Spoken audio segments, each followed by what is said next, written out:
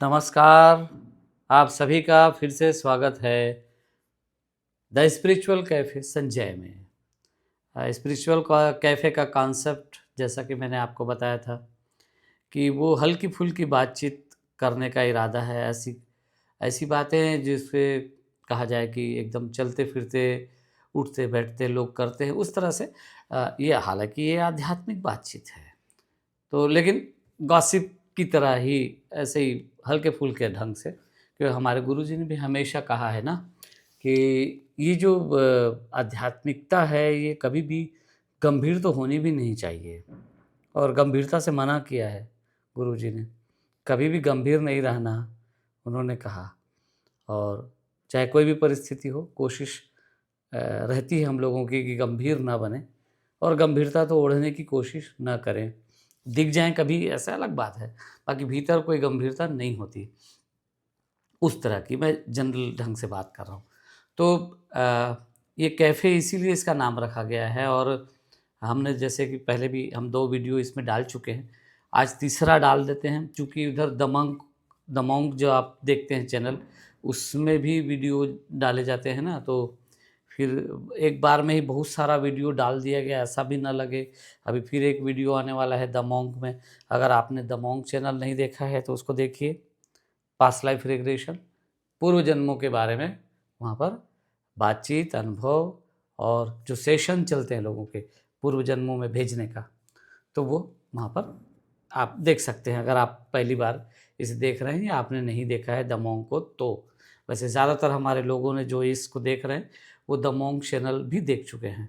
तो ये जो स्पिरिचुअल कैफ़े है इसमें हम लोग स्पिरिचुअल बातचीत करेंगे हल्के-फुल्के अंदाज में और बातों-बातों में ही जो स्पिरिचुअल मैसेजेस हैं, आध्यात्मिक संदेश कह लीजिए, वो पहुँच जाए आपके तरफ, ये प्रयास होगा। हल्के-फुल्के ढंग से लेकिन सरल शब्दों में। कोई गंभीरता नहीं, कोई कठिन शब्दों का प्रयोग नहीं होता है इसमें। तो आज का सब्जेक्ट क्या है? आज का विषय क्या है? आज एक सवाल था। सवाल यही था कि किसी ने कहा हम लोग जैसे आमतौर पे बातचीत करते हैं ना जो ध्यान करने वाले लोग हैं, आध्यात्मिक लोग ये नहीं बोलते कि फलाँ भगवान या फलाँ देवता। आमतौर पे बातचीत ऐसी होती है कि अस्तित्व, सृष्टि, अस्तित्व क्या चाहता है सृष्टि से, सृष्टि का क्या इरादा है। और जब बातचीत करते हैं तो हम सब ये कहते हैं कि हम सृष्टि से, बहुत सारे लोग जैसा कि ध्यानी लोग होते हैं वो कहते हैं सृष्टि से तुम मांगना चाहिए अगर कुछ मांगना है या कुछ है। वैसे तो मांगना भी थोड़ा सा कोशिश करते हैं कि ना मांगी जाए ऐसी बात, लेकिन अगर कुछ है तो सृष्टि है और कुछ मिलेगा तो सृष्टि से मिलेगा, कोई देगा तो सृष्टि देगी, इस तरह की बातें आध्यात्मिक जगत में होती हैं। फिर बीच में एक दो लोगों से और बातें हुई तो एक दो सवाल और भी आए। किस देवता के साथ जुड़ना चाहिए? क्या हमें सारे देवताओं की पूजा करते रहनी चाहिए? क्या सारे देवता हम उनके साथ लग जाएँ और जैसे कि घर में हम तरह-तरह के देवताओं की मूर्तियाँ रखते हैं, सबकी पूजा करते हैं, तो क्या सबके साथ जुड़ना चाहिए? तो इसी को लेके आज बात करेंगे। आप लोगों ने सुना होगा एक शब्द है इष्ट, इष्ट देव, इष्ट। तो इष्ट से ही अभीष्ट शब्द बना है ना? तो जो तुम्हें प्राप्त करना है, जो तुम्हारा लक्ष्य होगा, अभीष्ट है जो तुम्हारा, वही इष्ट के साथ जुड़ा हुआ है। इष्ट कौन है? ऐसे तो देवता इष्ट के बारे में, इष्ट देवता के बारे में कहा जाता है कि वो जो कुल परंपरा से या आपके पुरखों की परंपरा से जो देवता, जिस देव से आप जुड़े हैं, अ, कुलदेव भी कह देते हैं, कुलदेवी भी कह देते हैं, कुल देवता, कुल देवी, वो तो ठीक है, वो भी कहा जाता है। और कई बार इष्ट देव लोगों के कुल देवता से अलग हो सकते हैं। ऐसा बहुत बार देखने को मिलता है लोगों के। लोग अपने कुल देवता तो किसी को भी मानते हैं, कोई और देवता होते हैं कुल देवता, लेकिन उनसे जब वो कहते हैं तो कहते हैं हमारे इष्ट देव तो हमने तो दुर्गा माता को बना रखा है इष्ट देव, या हमारे तो इष्ट भगवान महादेव हैं, हनुमान जी हैं, विष्णु जी हैं। ऐसे इस तरह से बात करते हैं, राम हैं।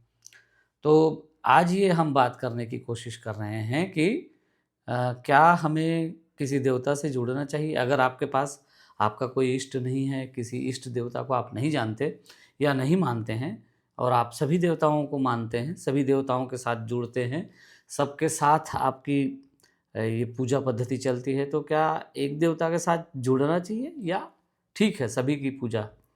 तो जो हमें अनुभव में आता है ना, वो हम जो जिस तरह का एक हमारी जो अपनी समझ है और हमें जो बोध होता है उसके हिसाब से हम बात करते हैं आपसे। तो ऐसा है कि जो जो देवता है जिसको आप मानते हैं, अगर आप उसे चयन कर लें किसी एक देवता का तो अच्छा है। अच्छा है कि अगर आप एक किसी देवता का चयन कर लें। अगर आपके पास ये नहीं पता कि इष्ट कौन है और आपको इष्ट ढूँढने का आसान तरीका ये है कि वही आपके जिस देवता को देख के आपको करीब का संबंध महसूस हो, ऐसा लगे कि ये देवता मुझे ज़्यादा भाते हैं या इस देवता से मैं ज़्यादा जुड़ाव महसूस करता हूँ, इस देव से ज़्यादा जुड़ाव महसूस करता हूँ, उसी के साथ आप जुड़ जाइए और उसके बाद इष्ट देव फिर इष्ट के साथ आप रहिए और आप सभी की पूजा करते हैं, कोई प्रॉब्लम नहीं है, लेकिन ना इष्ट के साथ आपका फिर एक व्यक्तिगत संबंध होना चाहिए। इष्ट देव आपकी बात सुनेंगे, आप उनसे बात कर सकते हैं और फिर उन्हीं के हिसाब से रह अच्छा एक और चीज़ है ना, इष्ट जब चुनेंगे तो ध्यान रखेंगे ऐसा कहा जाता है कि इष्ट के गुण फिर उसमें आप में उतरने लगते हैं, है ना? तो जो भी व्यक्ति इष्ट देवता बनाता है, उसके कुछ-कुछ गुण भी उसमें उतरने लगते हैं।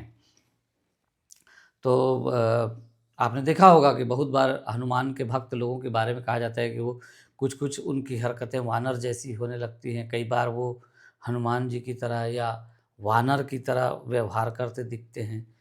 ऐसा आपने देखा होगा। तो वो इष्ट भगवान जिसके साथ भी आप जुड़ेंगे, उसके साथ ये चीज़ें आपके साथ आ जाएँगी। आपके ऊपर थोड़े-थोड़े गुण उनके आते हैं। मैं ये कह रहा था कि एक बार आप चयन कर लें और चयन करने के बाद उसके साथ जुड़ जाएँ और फिर जो आपकी बातें हैं, जो आपको कहना है, उससे कहें और उनके साथ फिर आगे चलें। फिर आप कह सकते हैं कि इसकी क्या ज़रूरत है, इतने सारे देवता हैं, तो हम ये आपसे कहेंगे कि आप याद रखिए कि जैसे भीड़ है, एक भीड़ है, बाज़ार है और आप जा रहे हैं बाज़ार के अंदर, बहुत सारे लोग चल रहे हैं, सड़क पे चल रहे हैं, बाज़ार है, खूब चल रहा है भीड़-भाड़ और कोई आवाज़ दे रहा है, "ए, अरे, ओए!" कुछ इस तरह की बात कर रहा है, "ओए, ओए, ए, ए, अरे, अरे!" ऐसा आवाज़ लगा रहा है। क्या आप देखेंगे उस व्यक्ति को कोई आवाज़ लगा रहा है? बिल्कुल नहीं देखेंगे। कोई भी ऐसी आवाज़ जो किसी पर्टिकुलर व्यक्ति के लिए नहीं है, उसको आप ध्यान नहीं देते या आप उसे इग्नोर करते हैं, किसी और की बात होगी, किसी को बुला रहा होगा, कोई होगा मेरे पीछे होगा कहीं पे, ऐसा आप सोच के आप आगे निकल जाएँगे। अब आपका नाम लेके कोई पीछे से आवाज़ दे, आपका नाम लेता है पीछे से इस भीड़ में, तो फिर आप क्या करते हैं? आप पीछे पलट के देखते हैं कि कौन आपको बुला रहा है। ऐसे ही हमारे इष्ट देवता को चयन करने की बात है। जब आप भीड़ में हैं, आप पचासों देवताओं की उपासना कर रहे हैं, सैकड़ों देवताओं की उपासना कर रहे हैं, आप किसी एक से नहीं जुड़ पा रहे हैं। आप भीड़ में हैं लेकिन आप किसी से नहीं जुड़ रहे हैं, आप बिना किसी नाम के आवाज़ लगा रहे हैं। इसीलिए जैसे मैंने शुरुआत में कहा कि सृष्टि की बात करते हैं, ख़ासतर हमारे ध्यानी जो लोग हैं, वो लोग सृष्टि की बात करते हैं। आम तौर पे वो कहते हैं अस्तित्व, सृष्टि, ब्रह्मांड, यूनिवर्स इस तरह के शब्दों का प्रयोग करते हैं और मैं अक्सर देखता रहा इन चीज़ों को तो अ, पहले मैं भी करता था इन चीज़ों का प्रयोग, लेकिन अभी मुझे धीरे-धीरे मुझे समझ में आया कि नहीं, एक आप इस सृष्टि, ब्रह्मांड, अस्तित्व करते हैं, ठीक है, अच्छी बात है। यूनिवर्स की बात कहें, ठीक है। आप उनसे जुड़ाव महसूस करें, ठीक है। फिर आप किसी से तो संबोधित करेंगे, किसी को तो करेंगे। किसको करेंगे? अस्तित्व माने क्या?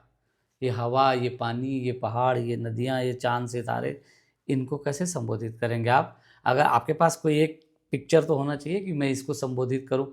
फिर हम लोग एक शब्द निकाल लेते हैं कि उस अ, परमपिता परमेश्वर, परमेश्वर को। तो परमपिता परमेश्वर से भी आप बहुत ज़्यादा क्लियर नहीं हैं कि परमपिता परमेश्वर क्या हुआ? ये आप बहुत क्लियर नहीं हैं। उससे आपको समझ में नहीं आ रहा है कि वो क्या है। अच्छा, परमपिता परमेश्वर बोल देने से कौन? भाई देखिए, अब अगर ऐसा कहें कि इस सृष्टि के रचयिता परमपिता परमेश्वर हैं, तो आपको पता नहीं है कि वो कौन हैं, है ना? सृष्टि की रचना आप अच्छा, ये ये जो बात है ना, ये आपको ऋग्वेद में भी, इसमें जो हिरण्यगर्भ जो सूक्त है उसमें 10वें मंडल की बात है, ये इसमें ये ऋग्वेद में, उसमें जो मंत्र है आपने सुना होगा बहुत बार। बहुत पहले जब मैं छोटा था तो एक भारत एक खोज सीरियल में वो मंत्र दोहराया जाता था, हिरण्यगर्भा संवत्ताग्रे भूतस्य जातस्य प्रतिरेका हासित। उसी में आगे जाके जो कहते हैं कि सदाधार पृथ्वीम दयाम तेमाम, द्याम द्याम दौ, स्वर्ग और पृथ्वी दोनों का उसने धारण किया हुआ है। उसमें फिर वो कहते हैं कस्मै देवाय हविषा विधेम, किस देवता की हम हवि देकर, आहुति देकर उपासना करें।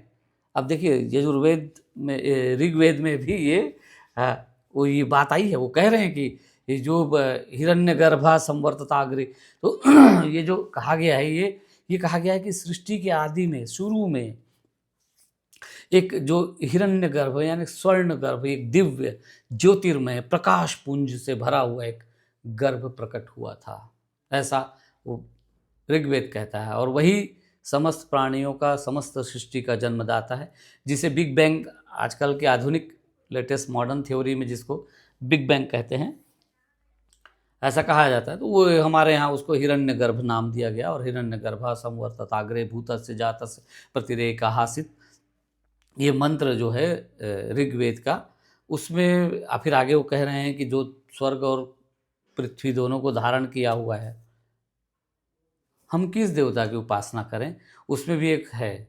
और फिर एक जो अनुवाद वगैरह देखेंगे आप उसमें, तो उसमें लिखते हैं उसी परम तत्व की, ब्रैकेट में डाल देते हैं, हम किस देवता की उपासना करें, उसी परम पिता की।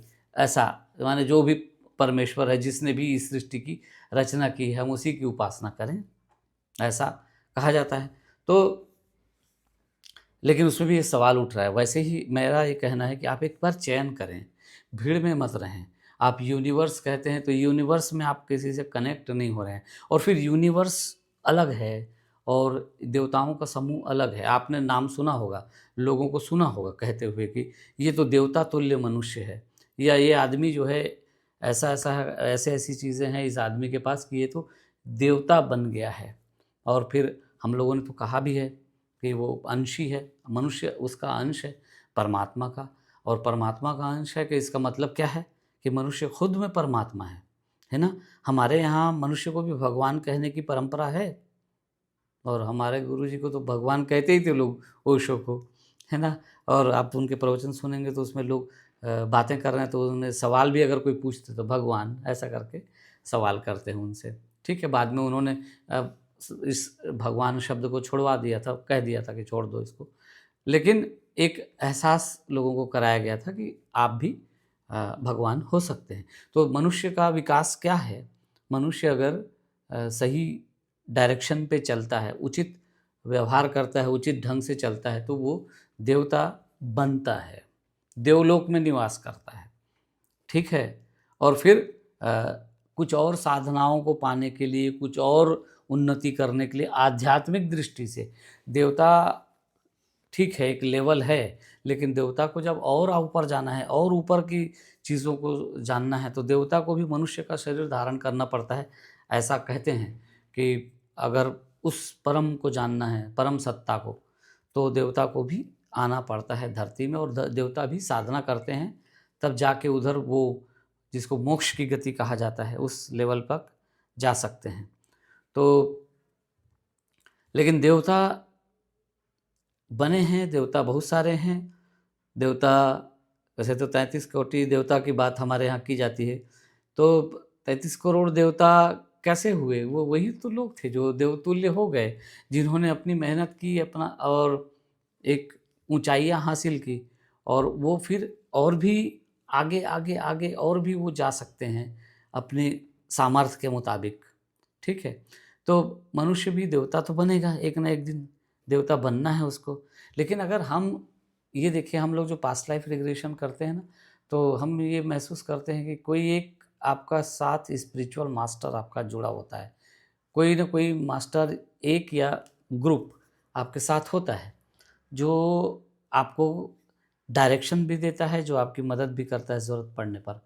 तो वो कौन है? वो कोई ना कोई तो देवता है, एक तरह का देवतुल्य है, अगर देवता नहीं भी है तो देवतुल्य है, कुछ तो उच्च दिव्य आत्मा है, दिव्य आत्मा कह लीजिए अगर देवता नहीं कहना चाहते तो। तो आप अगर कनेक्ट कर जाते हैं, कुल मिला के कहना ये है कि किस देवता की उपासना करें हम। एक इष्ट चुनिए, कोई भी जो देवता चुनिए जिससे आपका लगाव होता है और फिर उससे बात करिए। आप अगर यूनिवर्स से ऐसे ही बात करते हैं ना, तो जैसे कि आजकल के जो यंग लोग हैं उनके बीच भी आजकल ये धारणा चल रही है कि यूनिवर्स से कहो। तो यूनिवर्स से कहो में आप फिर भीड़ में कह रहे हैं आप बाज़ार में आवाज़ लगा रहे हैं और किसी का नाम नहीं ले रहे हैं। आप ए, वो, ए इस तरह की आवाज़ लगा रहे हैं ना, सुनो कह रहे हैं, तो उससे कोई सुनेगा नहीं।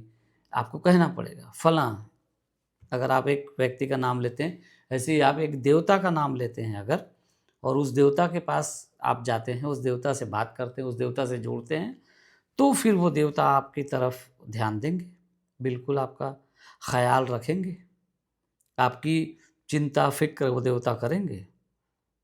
कि क्या यदि आपने उनके ऊपर छोड़ दिया और नहीं छोड़ेंगे तो फिर वो क्यों, आप ठीक है यूनिवर्स में हज़ारों लाखों देवता हैं, आप किसकी बात कर रहे हैं, किनसे आप संवाद कर रहे हैं, ठीक है, देवता आपकी तरफ ध्यान दें ज़रूरी नहीं है, लेकिन आप अगर किसी एक देवता से जुड़ के उनसे अपनी बात कहते हैं तो वो बात बदल जाती है।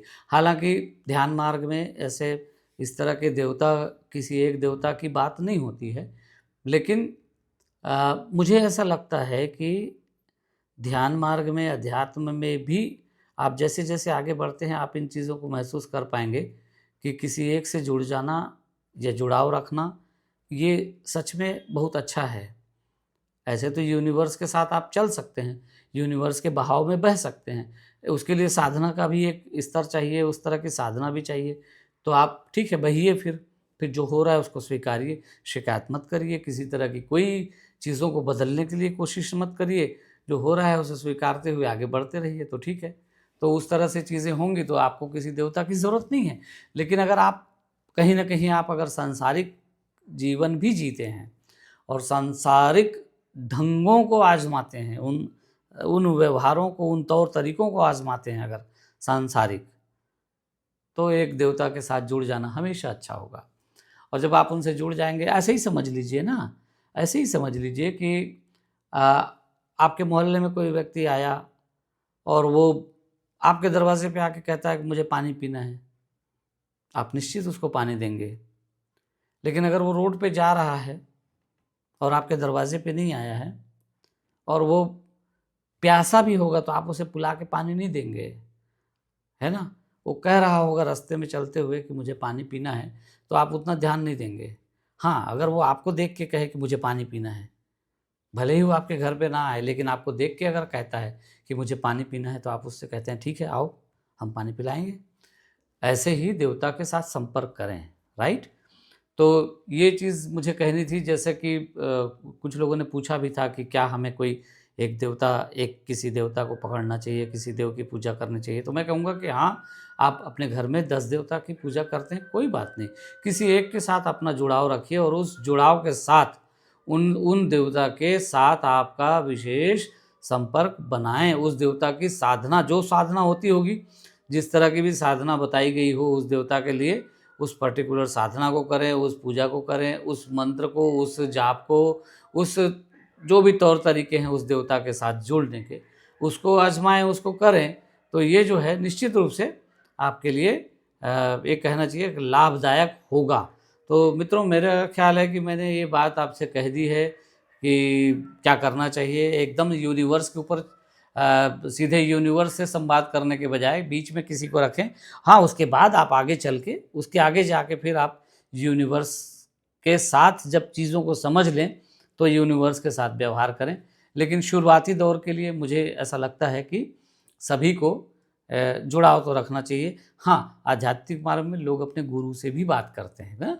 गुरु से जुड़ते हैं, देवता से नहीं जुड़े कोई बात नहीं, पर अपने गुरु से जुड़ते हैं और गुरु से बात करते हैं, गुरु को समझते हैं, गुरु को वो मानते हैं और कई बार गुरु से बात करते हैं। कहते हैं कि गुरु जी से अपनी बात संवाद करते हैं कि गुरु जी मुझे ये करना है, वो करना है। और फिर आप देखेंगे कि गुरु से बात करने का भी फ़ायदा होता है। गुरु बिल्कुल, बिल्कुल गारंटी के साथ रास्ता दिखाते हैं। तो मित्रों, आज इस वीडियो को यहीं समाप्त करता हूँ। आप इसको कृपया लाइक करें, शेयर करें, इसको सब्सक्राइब भी ज़रूर करें। ये नया चैनल है, इसको हम इसी तरह हल्के-फुल्के अंदाज में बात करने की कोशिश करेंगे, कोई गंभीर बातें नहीं होंगी। हाँ, एक चीज़ और है, इसमें जो कहा जा रहा है उसको उसी संदर्भ में लीजिएगा। बहुत रिसर्च करने की कोशिश मत करिए कि ग्रंथों में जाके इसकी इन बातों के ऊपर रिसर्च करें, क्योंकि ये हल्के-फुल्के अंदाज में समझाने के लिए कुछ चीज़ें कही जा रही हैं, क्योंकि फिर गंभीर बातें फिर गंभीरता से फिर और कुछ उसके अर्थ और भी निकलते हैं। लेकिन सिर्फ नए साधकों के लिए, जो साधना में जुड़ना चाहते हैं, जो अध्यात्म के राह पे चलना चाहते हैं, उनको एक मार्ग देने के लिए, जैसे मैं एक उदाहरण देता हूँ हमेशा लोगों को, कि जैसे आप अगर किसी से कहते हैं कि मुझे साइकिल चलाना सीखना है, तो आप साइकिल चलाने जाते हैं तो आपको कहा जाता है कि उसके हैंडल को, स्टीयरिंग को, उसके हैंडल को पकड़ो और फिर ऐसे-ऐसे चलो। आप लोगों को देखते हैं कि वो स्टीयरिंग छोड़ के हाथ ऊपर करके चला रहे हैं साइकिल।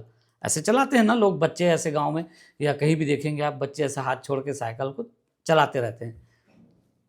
वो हैंडल नहीं पकड़ते, लेकिन वो सीख चुके होते हैं। तो जब आप ऐसा कहना चाहते हैं, शुरू-शुरू में आप ऐसा कहेंगे, तो आपको जो भी सिखा रहा है वो कहेगा कि ठीक है, हाथ छोड़ लेना, स्टीयरिंग छोड़ लेना, हैंडल छोड़ के चला लेना, लेकिन कब? बाद में, थोड़ा सीख जाओ। इसी तरह अभी जो आपको बातें कही जा रही हैं इसमें, तो वो उसको बहुत इधर-उधर तलाशने की कोशिश मत करिए। बस इसके भाव को समझिए, इन भावनाओं को समझिए और इसको उसी तरह से लीजिए कि इसके आगे भी कुछ बातें हैं, इसके आगे भी बहुत बातें हैं। लेकिन शुरुआत करने के लिए, शुरू में आगे बढ़ने के लिए ये इतनी चीज़ें अच्छी हैं। इससे फिर आप आगे बढ़ें और उसके बाद अगर आपको लगता है कि और भी चीज़ें हैं मेरे पास, मैं यूनिवर्स से सीधे संवाद कर सकता हूँ, करिए, कोई प्रॉब्लम नहीं है, है ना?